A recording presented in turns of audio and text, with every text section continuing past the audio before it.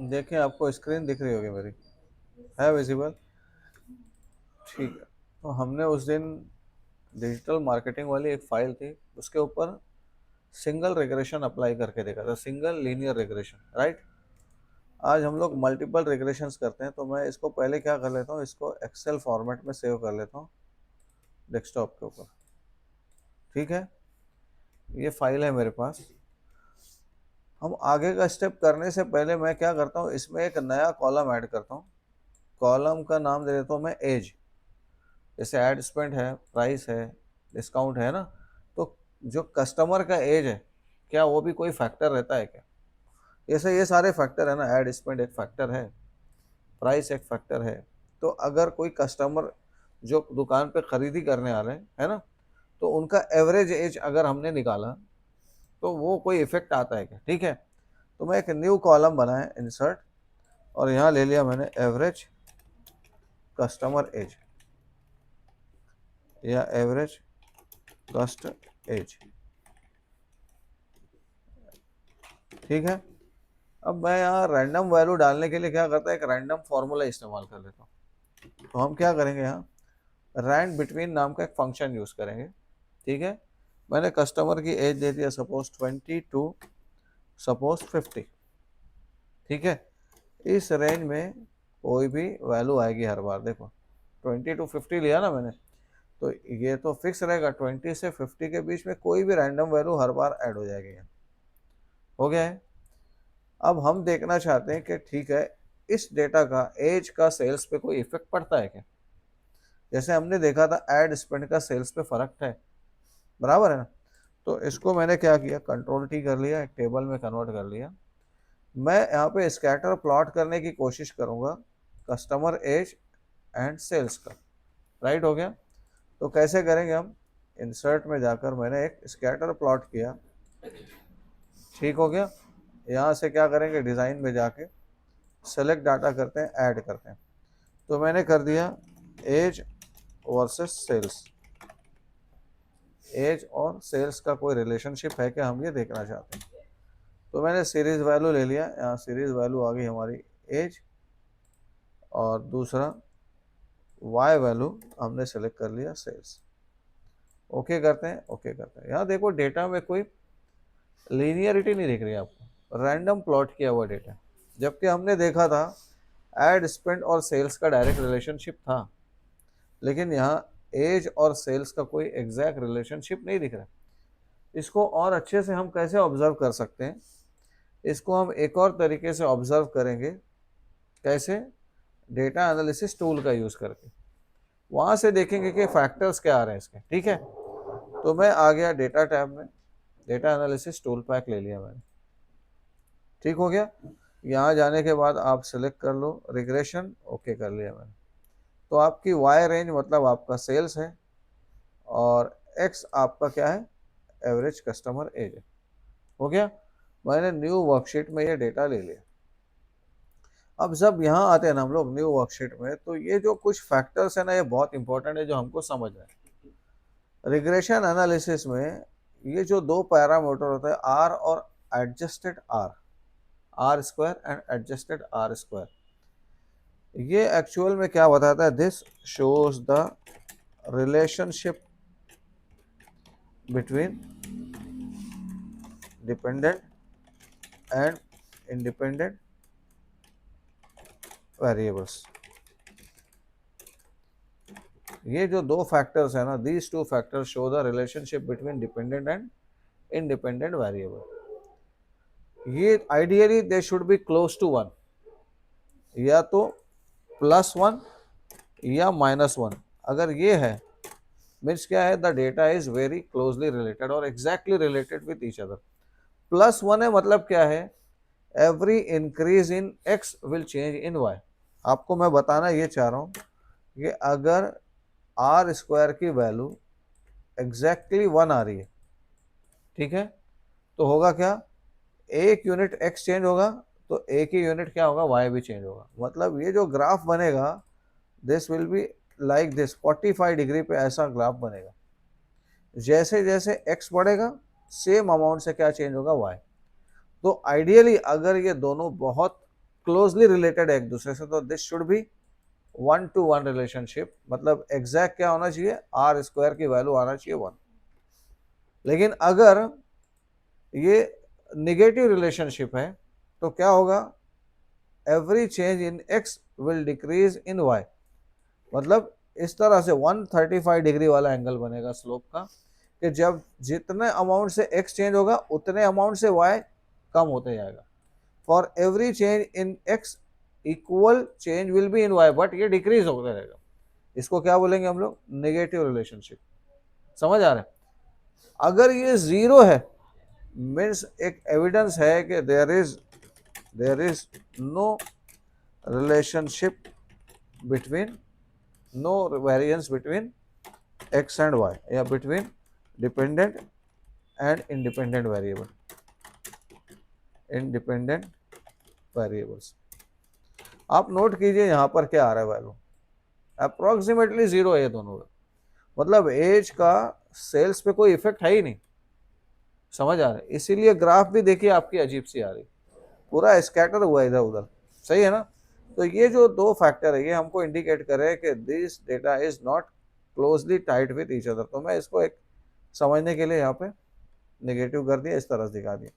Next factor is regression significance. This factor should be ideally zero. Ideally क्या होना चाहिए, zero होना चाहिए। 0 to 1 के बीच में वैल्यू है इसकी, लेकिन आइडियली अगर आपका रिग्रेशन मॉडल सही बना हुआ है तो ये हमेशा क्या होना चाहिए, एग्जैक्टली क्लोज टू जीरो या लेस देन 0.005 ऐसा होना चाहिए। ठीक है, अब ये तो बहुत बड़ी वैल्यू आ रही है 0.4, मतलब this parameter is also not good. मतलब ये बता रहे हैं कि हमारा एज एंड सेल्स का रिलेशनशिप आइडियली सही नहीं है, हम उसको एनालिसिस के लिए यूज नहीं कर सकते। थर्ड इंपॉर्टेंट फैक्टर है आपका पी वैल्यू, ये parameter. This should be ideally 0.005 positive और माइनस 0.005, ये आइडियली इतना होना चाहिए। क्या होना चाहिए, 0.005 प्लस में और 0.005 माइनस में, इसके आसपास में होना चाहिए पी वैल्यू। अगर ये बहुत ज़्यादा या बहुत कम है तो भी क्या हुआ, इरेलेवेंट हुआ। तो हमारा जो पैरामीटर ये क्या आ रहा है, एक्स वेरिएबल 0.4 आ रहा है। जैसे सिग्निफिकेंस देखो एफ है, वो नियर अबाउट सेम वही दोनों है। समझ आ रहा है? मतलब यहाँ पर भी हम देख रहे हैं तो ये पैरामीटर भी हमारा क्या बैड है। मतलब ये समझ आया कि the customer age and sales are not related with each other. ठीक है, there is no effect of customer age on sales, but ideally हमेशा ऐसा नहीं होगा। जैसे अगर आप कॉस्मेटिक्स के प्रोडक्ट बेच रहे हैं तो उसमें एज का रिलेशनशिप आएगा सेल्स के ऊपर। जैसे जैसे एज कम होगी सेल्स बढ़ेगा, कस्टमर एज कम रहेगी तो सीधी सी बात है 18 साल 20 साल 25 साल 30 साल वालों को कॉस्मेटिक्स खरीदने का ज़्यादा शौक होगा। समझ आ रहा है? तो इसी तरह से अब एक काम और करेंगे, हम इसी एनालिसिस करके देखेंगे किसके साथ, एड स्पेंड और सेल्स का देखते हैं क्या आता है। हम लोग कल भी देखा था, लेकिन ये पैरामीटर समझने के लिए हमको हेल्प करेगा। ज़रा देखते हैं, एक स्कैटर बनाते हैं हम लोग। इंसर्ट में गया मैं और एक स्कैटर ले लिया यहाँ से, और इस स्कैटर के ऊपर मैंने वापस सेलेक्ट डाटा ऐड करते हैं हम लोग, और यहाँ करते हैं हम लोग ऐड स्पेंड वर्सेस सेल्स, और इधर जाके मैंने एक्स वैल्यू में ले लिया ऐड स्पेंड और वाई वैल्यू में जाके ले लिया सेल्स, और यहाँ हम पैरामीटर देखते हैं। आप देखिए डेटा कैसा क्लोजली रिलेटेड है, राइट?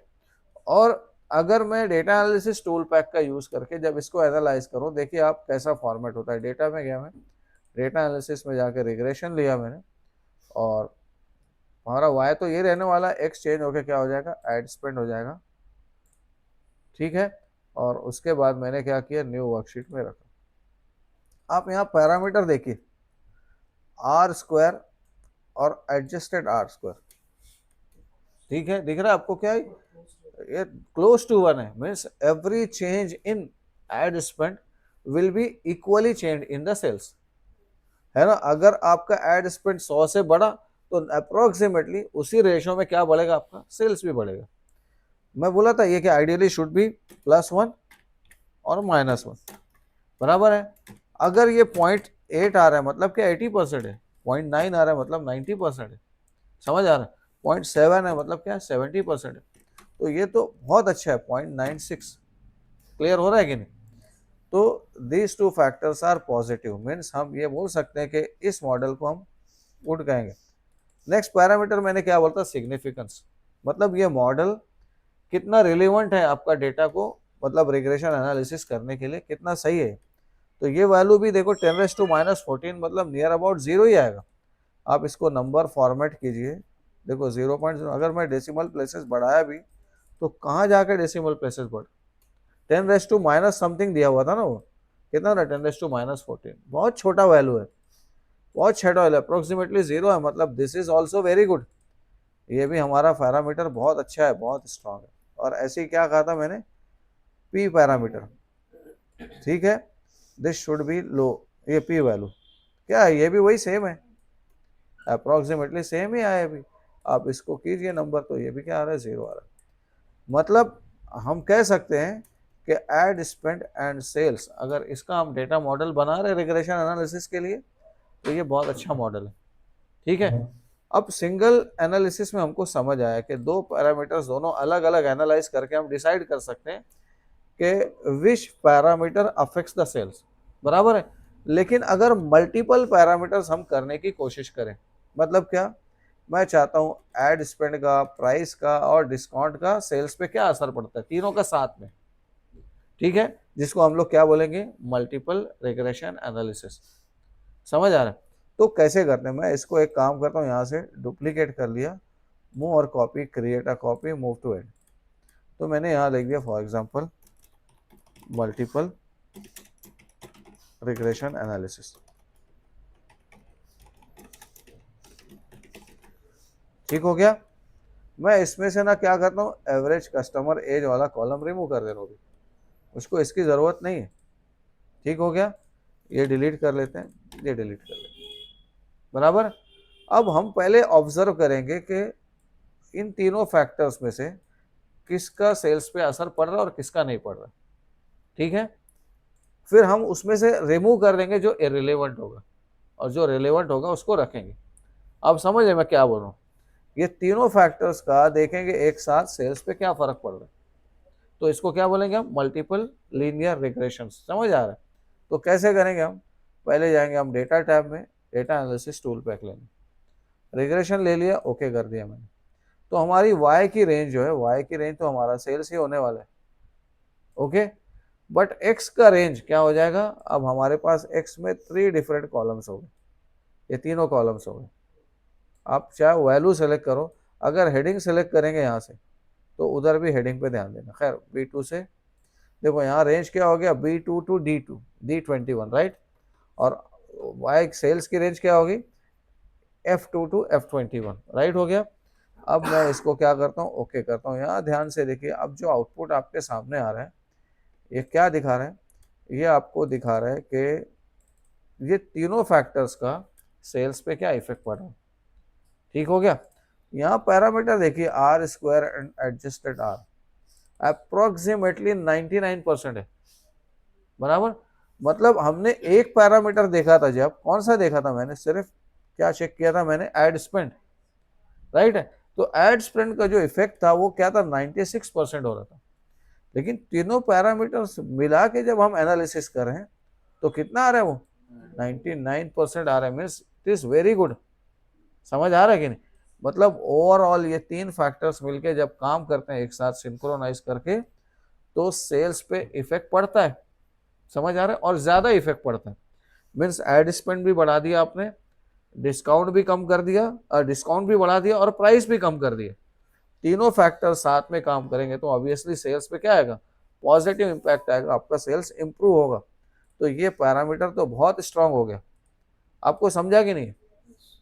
नेक्स्ट देखिए हमारा ये सिग्निफिकेंस 0.000, बहुत 10⁻⁻17 इंप्रूव हो गया ना, -15 था, -12 था, समथिंग था, कितना था इधर, आपने देखा था इधर, यहाँ पे कितना था, -14 था।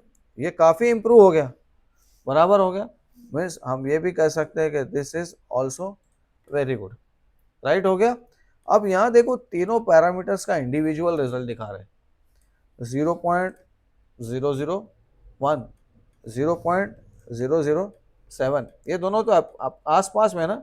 आइडियली मैंने क्या कहा था, शुड बी बिटवीन अराउंड 005 और 0.005, राइट। माइनस में भी हो सकता है, प्लस में भी। ये अप्रोक्सीमेटली ये दोनों में से ये वाला देखो, this one is very good, this one is very good, right. ये वाला थोड़ा सा वेरिएबल नंबर 2 जो है ना, ये थोड़ा पीछे जा रहा है। मतलब अगर हम इस मॉडल को एलिमिनेट कर देंगे, मतलब कौन सा मॉडल से अगर मैंने क्या किया, किसको रिमूव कर दिया, सेकंड पैरामीटर कौन सा, प्राइस, समझ आ रहा है। तो प्राइस को रिमूव करेंगे तो भी चल जाएगा। एड स्पेंड और डिस्काउंट का बहुत डायरेक्ट रिलेशनशिप है सेल्स के साथ, क्योंकि यहाँ दिखा रहे क्या कि द प्राइस का पी फैक्टर जो है ना, it is a bit disturbing, समझ आ रहा है। तो हम यहाँ अगर इसको देखेंगे तो दिस टू आर पॉजिटिव, ये बहुत अच्छा है हमारे लिए। बट ये जो है ना, ये आपके लिए पैरामीटर क्या है, निगेटिव है, समझ आ रहा है कि। अब मैं एलिमिनेट करके देखूंगा किसको, इसको, सेकंड वाले पैरामीटर को एलिमिनेट करके देखते हैं क्या रिजल्ट आता है हमारे पास। तो मैं फिर से क्या किया, अब यहाँ जाके एक बार और move and copy, create a copy, move to end, ठीक है, मल्टीपल रिग्रेशन एनालिसिस। और मैं क्या करता हूँ, किस पे करना है, एड स्पेंड एंड डिस्काउंट, इन दोनों पे करके देखेंगे, ठीक है। तो मैंने प्राइस को यहाँ से रिमूव कर लिया, हो गया। हाँ ध्यान रखिए, ये जो कॉलम्स है ना, एडजेसेंट होना चाहिए, समझ आ रहा है। एक कॉलम यहाँ का और दूसरा यहाँ का, ऐसे नहीं हो सकता, एडजेसेंट कॉलम, इसीलिए मैंने रिमूव किया वो कॉलम को। तो वापस आ गया डेटा टैब में, डेटा एनालिसिस में गया, रिग्रेशन ले लिया मैंने। यहाँ पर हमारा जो सेल्स है ये होगा, एक सेकंड, ये सेल्स हो गया, और उसके बाद एड स्पेंड और डिस्काउंट ले लिया, राइट हो गया है। ओके करते हैं, ठीक है। अब देखिए 0.995, ये बड़ी बढ़िया है दोनों। आर भी बहुत अच्छा है, आर स्क्वायर भी बहुत अच्छा है, समझ रहा कि नहीं आपको। ये दो पैरामीटर, तीनों पैरामीटर इंपॉर्टेंट है, नियर अबाउट ऑल दिस। तो आप आर स्क्वायर और एडजस्टेड आर स्क्वायर देखो, तो this two parameters are very good. Significance बढ़ गया देखो, -10 to -18 हो गया, ये और अच्छा मॉडल हो गया, समझ रहा है कि नहीं आपको। और थोड़ा ओवरऑल जाइए, यहाँ पर पी वैल्यूज देखिए आप, पी वैल्यूज देखिए आप, कितना सही अचीव हो गया, 0.000 अप्रोक्सीमेटली, ये आइडियली चला जा रहा है, ठीक है ना। तो अब आप बोलेंगे कि ठीक है, अगर आप एनालिसिस करना चाहते हैं, प्रेडिक्शन करना चाहते हैं, तो किन दो पैरामीटर्स पे प्रेडिक्शन करें आप, इन दो पैरामीटर्स पे प्रेडिक्शन करें, एड स्पेंड और discount. These are very closely tied with the sales, समझ आ रहा कि नहीं। तो जब हम प्रेडिक्शन करेंगे, किसका प्रेडिक्शन करेंगे, कि हमको सेल्स अचीव करना है, तो एड स्पेंड के हिसाब से प्रेडिक्शन भी कर सकते हैं और डिस्काउंट के हिसाब से। अब कैसे करेंगे जरा देखिए, मैं करता हूं। अभी यहाँ देखो, ये शीट दिख रही है हमारे पास, आपको याद होगा फॉर्मूला हम यहाँ शो करते हैं। देखो अगर मैं दोनों की ग्राफ बनाऊं, यहाँ पर किसके किसके बनाएंगे हम graph, ad spend and sales और डिस्काउंट एंड सेल्स। एक बार ये ग्राफ बनाते हैं, फिर मैं आगे आपको एक चीज़ बताता हूँ। यहाँ आ गए हम लोग, ये सेलेक्ट किया, सॉरी, डिज़ाइन में जाके सेलेक्ट डाटा करता हूँ, और सेलेक्ट डाटा में ये सब रिमूव कर लेंगे हम। ऐड करके मैं पहले नंबर पे सीरीज़ क्या दे दिया, एड स्पेंड वाली सीरीज़ है, और यहाँ एक्स वैल्यू एड स्पेंड हो गया। कुछ गलती हुई क्या, सही है ना, हाँ ठीक है। उसके बाद नेक्स्ट वाला क्या है आपका, सेल्स, हो गया, ओके। तो ये हमारे पास आ गया। मैंने क्या किया था आपको बताने के लिए, यहाँ पर एक लेआउट हम लगाते हैं जिससे हमको ये दो पैरामीटर्स मिल जाते हैं रिलेशनशिप के लिए, ठीक है ना। ये हमारे लिए ये इंपॉर्टेंट है, ये ग्राफ, ये पैरामीटर्स किसके लिए था, ये एड स्पेंड जो हम लोग चेक कर रहे थे। तो इस पैरामीटर का यूज करके हम क्या कर सकते हैं, सेल्स को प्रेडिक्ट कर सकते हैं। दूसरा वाला कौन सा हो गया, दूसरा अभी डिस्काउंट का ट्राई करते हैं। तो मैंने क्या कर लिया, फॉर एग्जांपल मैंने ले लिया एक और ग्राफ बनाया, इसी को मैं अगर डुप्लीकेट कर दूँ, Ctrl+C Ctrl+V कर लूँगा, और सिर्फ यहाँ चेंज कर देंगे डिज़ाइन में जाके, सेलेक्ट डाटा में इसको मैं एडिट कर लिया, राइट। सिर्फ क्या चेंज कर दूंगा मैं, एक्स की सीरीज चेंज कर दूंगा मैं, डिस्काउंट अप्लाई कर दूँगा। आपको समझा कि नहीं क्या किया मैं। तो एड स्पेंड की जगह मैंने कर दिया यहाँ पे डिस्काउंट, हो गया। ये ओके करते हैं, ओके करते हैं, देखो ठीक है। अब ये दोनों जो हमारे पास रिलेशनशिप मिले ना, ये इंपॉर्टेंट है, जो हमको प्रेडिक्शन करने में हेल्प करेंगे। अब मैंने क्या बोला, ठीक है, सपोज मुझको चाहिए कि प्रेडिक्ट करना है based on the what, based on ad spend, ठीक है। तो हम क्या करेंगे, पहले इधर का कोई डेटा लेके देखेंगे। कौन सा डेटा ले लेता हूं मैं, फॉर एग्जांपल 200 और ये वाला, इसको हाईलाइट करते हैं जरा सा। मतलब एड स्पेंड 200 और डिस्काउंट कितना 22% पे हम देखते हैं कि सेल्स क्या आता है, बराबर। तो मैंने डाला यहाँ पे फॉर्मूले में, कौन सा फॉर्मूला ले लेते हैं, ये वाला, ठीक है। ये कॉपी किया मैंने और इसको उठा के यहाँ पे इस कर लेता हूँ इधर। आपको समझ रहा है ना ये क्या कर रहा हूँ मैं, समझ रहा है कि नहीं। ये प्रेडिक्शन का फॉर्मूला है हमारा। ये क्या है, पहले नंबर पे ये इधर इंटरसेप्ट है और ये क्या हमारी स्लोप है। उसको मल्टीप्लाई कर देंगे किससे, एक्स से। मैंने क्या बोला, कितना चाहिए एड स्पेंड 200, राइट। तो एड स्पेंड मैंने क्या कर दिया 200 किया, तो मेरा सेल्स आया 629.357, ठीक है। अब इसके अंदर थोड़े बहुत गुंजाइश है, लेकिन ये वाला देखो डेटा पूरा लाइन के ऊपर मैच है ना। इसके बेस पे अगर प्रेडिक्शन करते हैं तो क्या होता है, कितना था 22% वाला, राइट। तो मैंने फिर से किया, ये वाला फॉर्मूला यहाँ पेस्ट, ये कॉपी करते हैं और इधर पेस्ट करते हैं,